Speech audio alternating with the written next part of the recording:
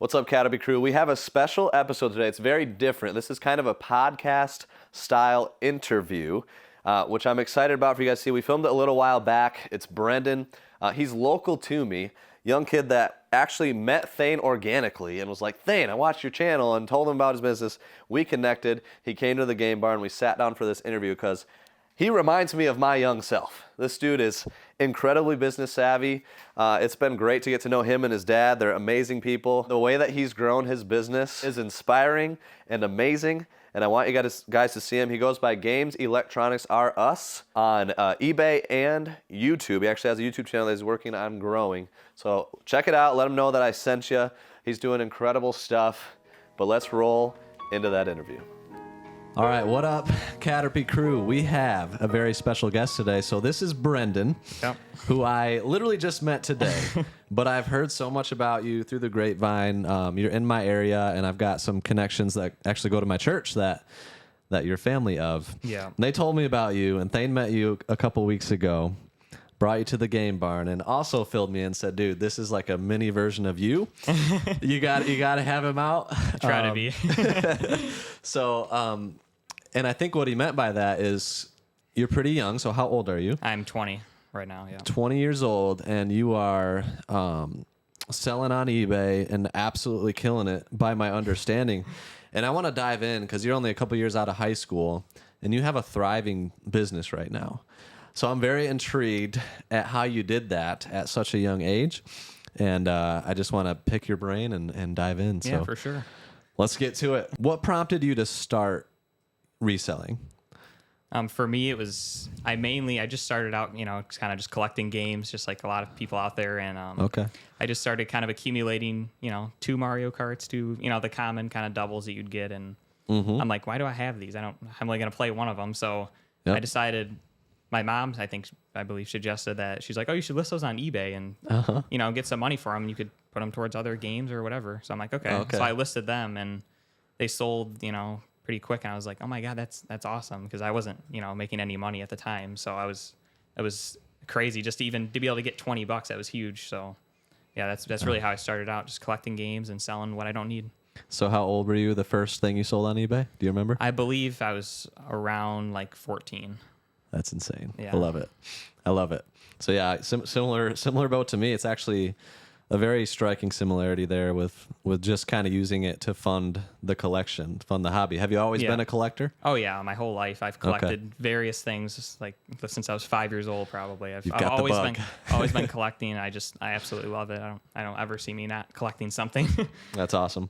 So what are the categories you primarily sell, and then why do you focus on those areas? Mainly right now, obviously video game stuff, like cameras, laptops, really any consumer electronics, Walkmans, like any audio stuff. Yep.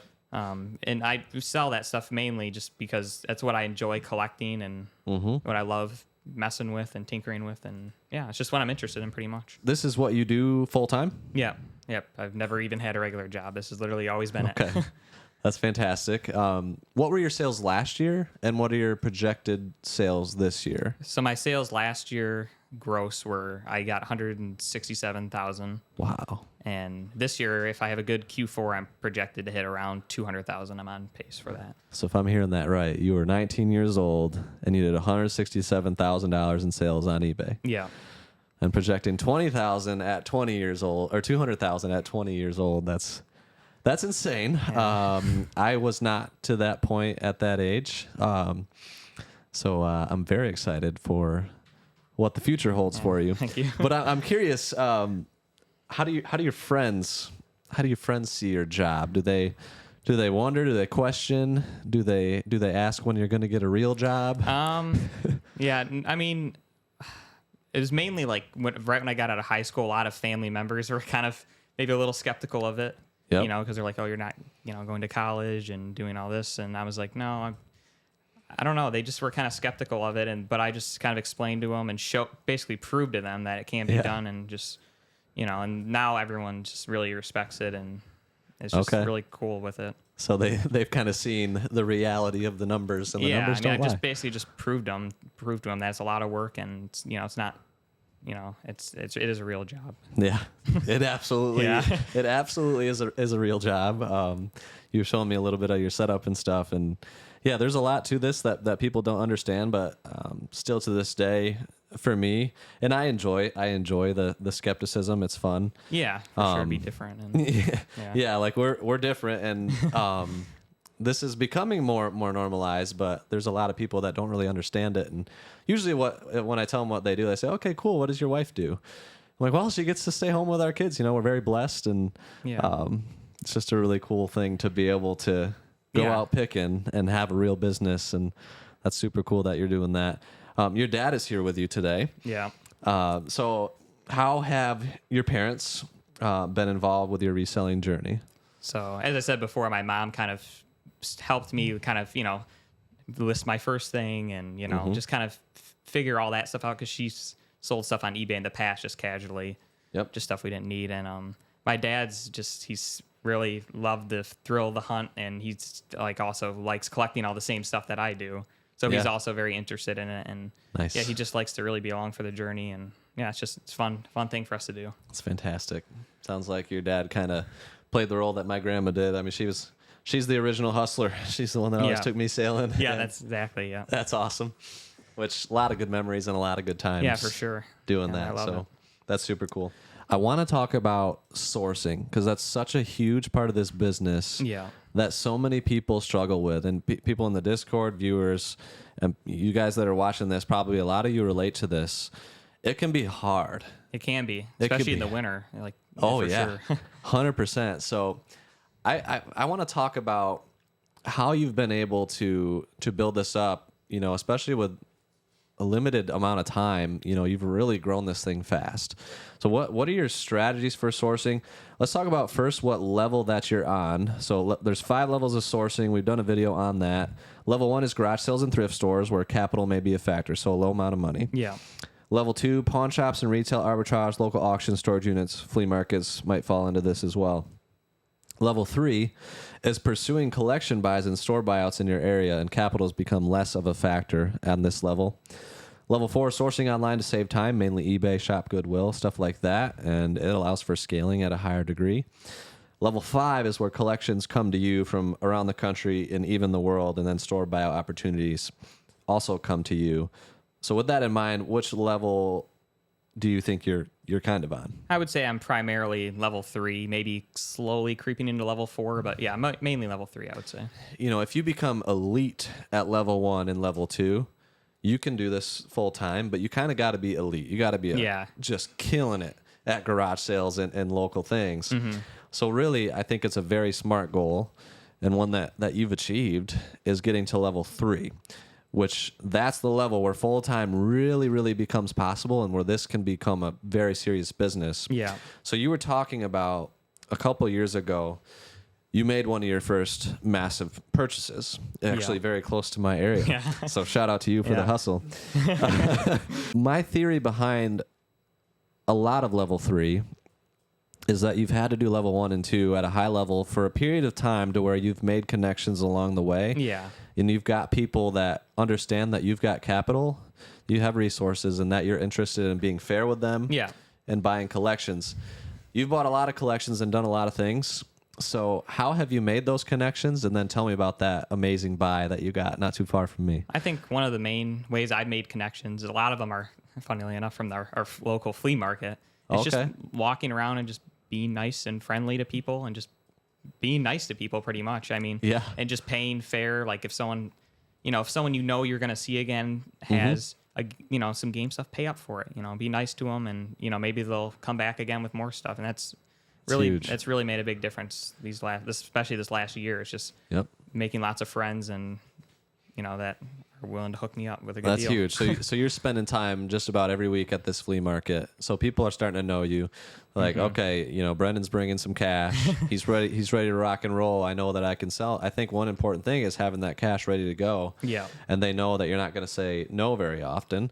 Have you ever paid more than what was on a sticker, or it sounds like maybe they're just presenting you stuff and you're making the offer? Yeah, most of the time they'll just give me a bin of stuff, especially now they're like, hey, I trust you, look through it and just let me know what you can pay for it. That's super cool. Yeah, in the beginning it was more like, they may have a price in mind, and then I'll try to pay that, because a lot of these people kind of know what they have. They're not like, oh, I don't have no idea about any of this game stuff. Like, they know what they have, but they're willing to sell it for a fair price just to get rid of it quickly. And nice. Yeah. And you're like, yeah, if I can pay that, I'm going to pay it every time so that you'll come to me next time. Mm-hmm.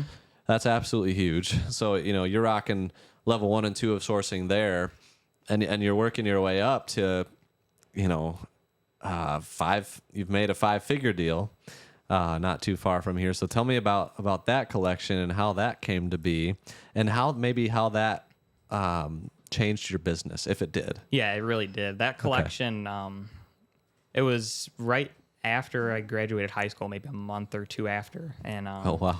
Yeah, so it was pretty soon after. So I was like, I'm looking at it. I'm looking at, the picture. It was a marketplace listing. The pictures were horrible. Uh-huh. So I write, the descriptions, like I have, 600 Nintendo games. So I write them and I get pictures, all the stuff. I'm like, oh my God, there's a lot of good stuff here. Mm-hmm. His asking price was pretty high, but we were local.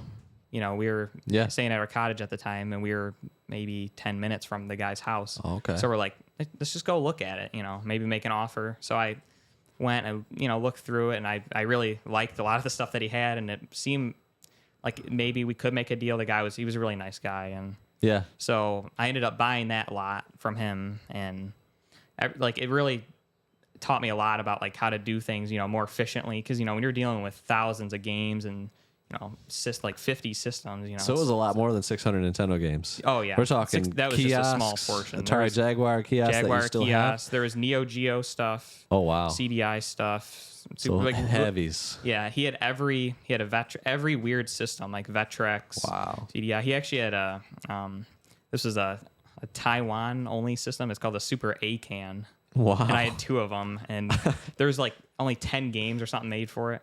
And I ended up keeping one and selling one, and I think I got like $2,000 for the system in the box. Oh my gosh. I kept one and sold one, so that was cool to learn about that kind of stuff. And it's hard to even find them like anywhere. I mean, any information. You got one of them, huh? Yeah. Nice. And that also that collection really made me more comfortable maybe making bigger purchases, because when I bought that, I was, I had a lot of people that were like, dude, I don't like that was scary, a wasn't large chunk of my savings at the time, and it was over half, what I had at the time, and I was like, oh man, like I don't know if I should. This is a big risk. Yeah. But I went through. I looked at everything. I felt confident enough about it, and I did it, and it turned out really well. So that really encouraged me to buy bigger collections, and you get so much stuff in one go. It's awesome. You don't have to drive all over, and that would have taken me, so long to collect all that stuff. Yeah, it would have. Yeah. So, especially that quality. Yeah. So just to do it in one stop is amazing. Have you ever bought a collection from somebody and then bought a second batch of stuff from the same person? I mean, you've done it at the flea market. Have you done it in a collection type of way? Yeah. There's this one guy I bought. Yeah, I basically bought his whole retro collection, and then eventually he wanted to sell his newer stuff later on. So then I bought all that. So it was like half and half. So you gave him a good experience, and he's like, all right, I'm coming back to Brendon. Yeah. I got to sell the rest. I know he's going to be good for it. That's absolutely huge. So, I mean, I've talked about the importance of, as much as you can, treating people right. I mean, we all want the best deals possible, but I think there's a lot of those times when it just makes sense to pay more. If somebody's got $5 on something that's worth $100, just give them $20, or give them. Don't talk them down to $2. Yeah, certainly don't do that.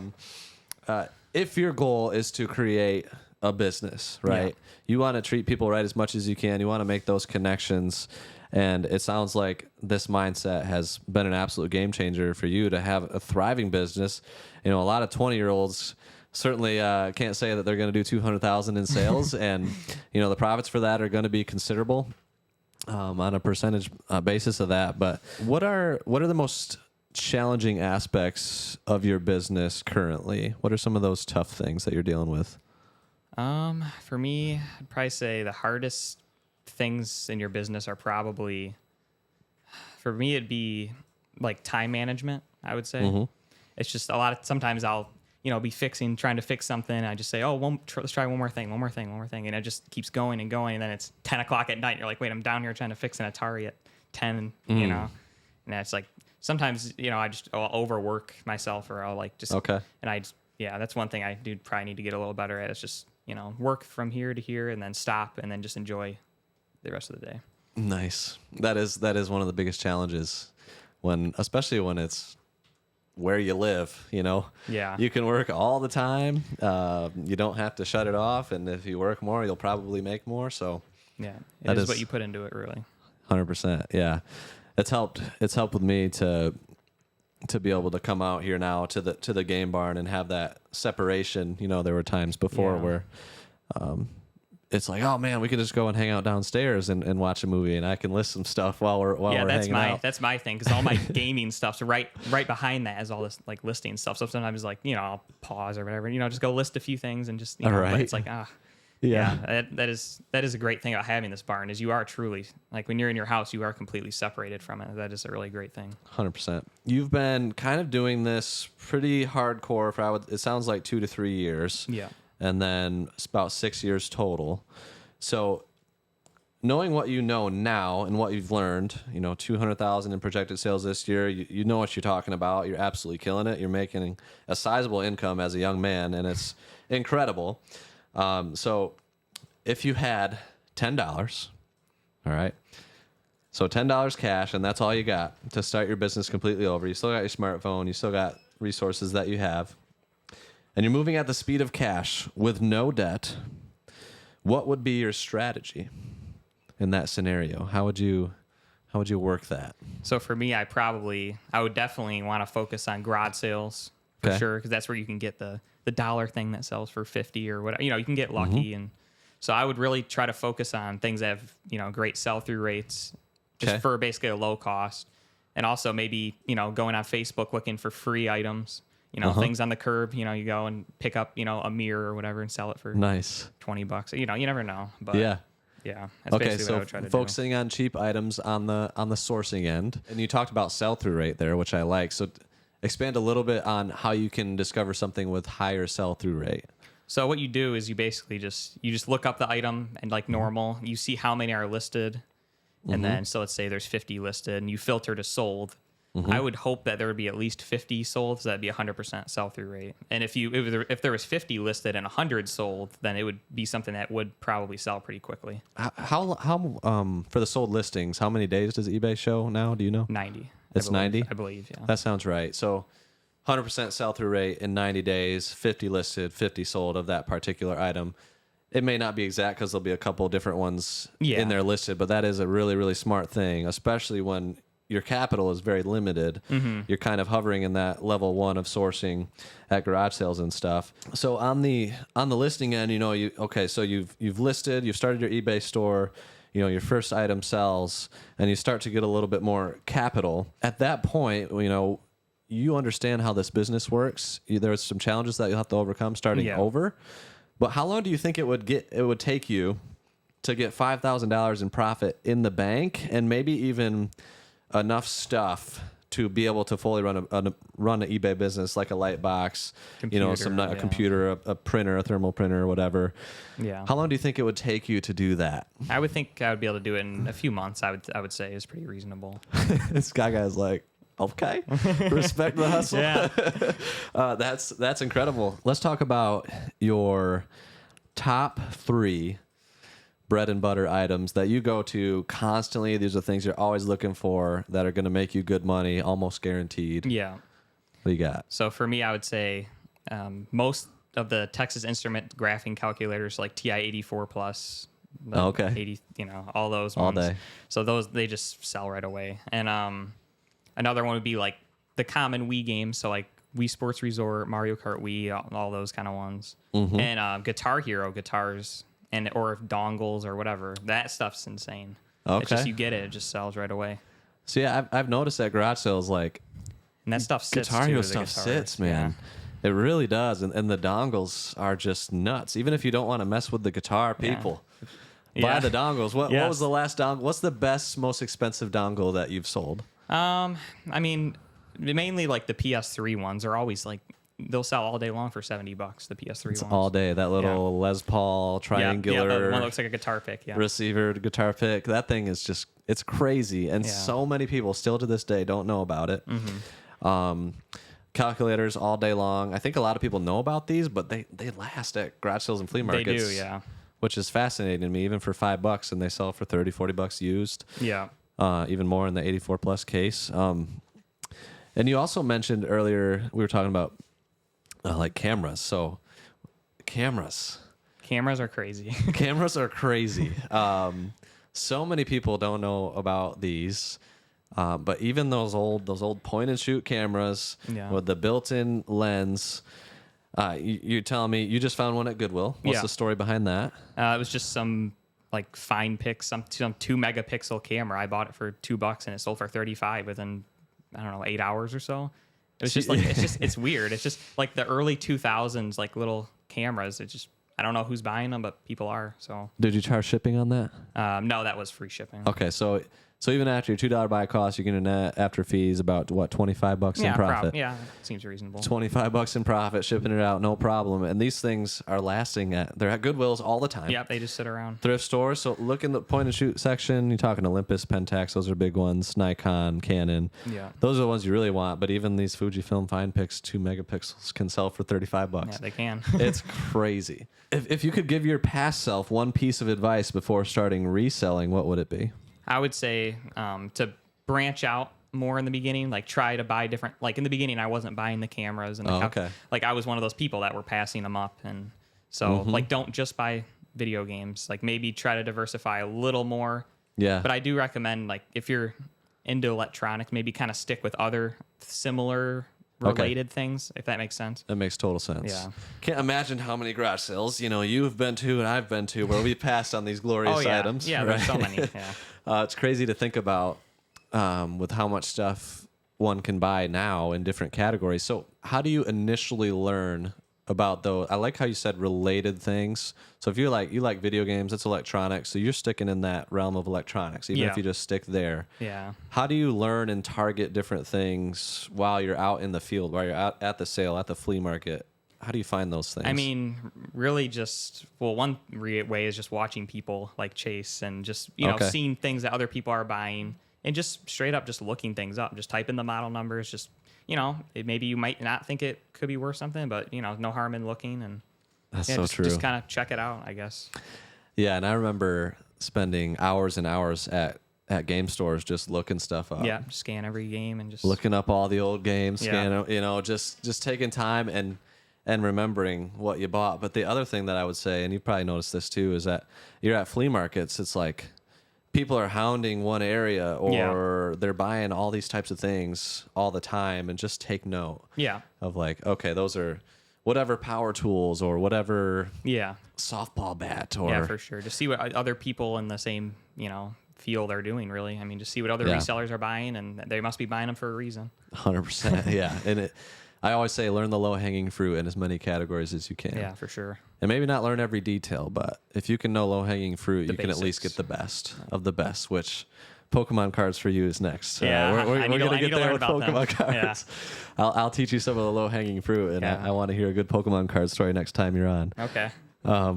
So how has CATRP impacted the way you run your business? You mentioned you watched the channel for a few years. Yeah. How overall have we impacted it? I mean, you guys have just given like some super like very good tips over the years, like just basic things like the ending and sell similar, promote. Like I would never even have thought of doing those things. And just like, just like I was saying kind of earlier, like you're at a garage sale and you bought, just to say a camera, since we were bringing that up earlier, that would make me maybe want to look at cameras more, or the train stuff. I didn't realize that people were still into that stuff. Yeah. So it's cool. Like just tons of things. It's hard to even name them all. That's awesome. Yeah. That's super good to hear. You heard it here in 2023. Trains do sell. All right. They do sell. Despite what the comments say, they sell like crazy. Alpal just shipped 4 trains this morning, and we got them 6 months ago. So what are your top 3 tips for a newbie, somebody who's just started selling or who wants to start selling? So my number 1 tip would be to get out early, be motivated at the sales, don't show up at 11. Like a lot of the good stuff's going to be gone. So just show up early and consistently. And I think that's a really big thing. So you're telling me if you go to one sale on a Saturday at 11, you're not going to have success? Not necessarily, but I think your chances greatly increase the earlier you are.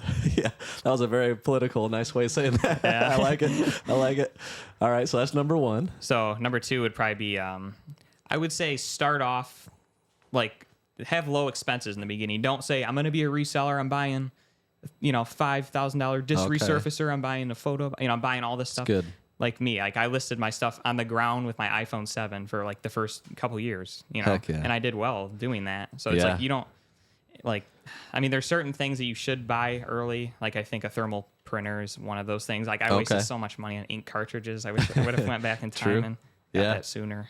That's a really, really good tip. So just focusing on those key items that you need to make it happen. I think a lot of people, understandably so, because they don't know otherwise, but they have the excuse of like, oh, I don't have everything I need. I don't have the knowledge. I don't have the light box. I don't have the materials. But really, like, you can get started with $10. Yeah, you can. You don't need all that stuff. Something can sell, and then you can go out and get the supplies that you need and ship it out next day. Like, you put in the hustle and the grind, and you learn as you go, make the right connections with people, and you can come a long ways. Yeah. Great. Number two.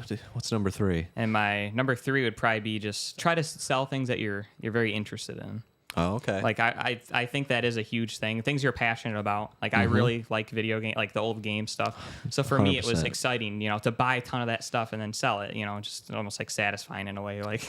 Oh, absolutely.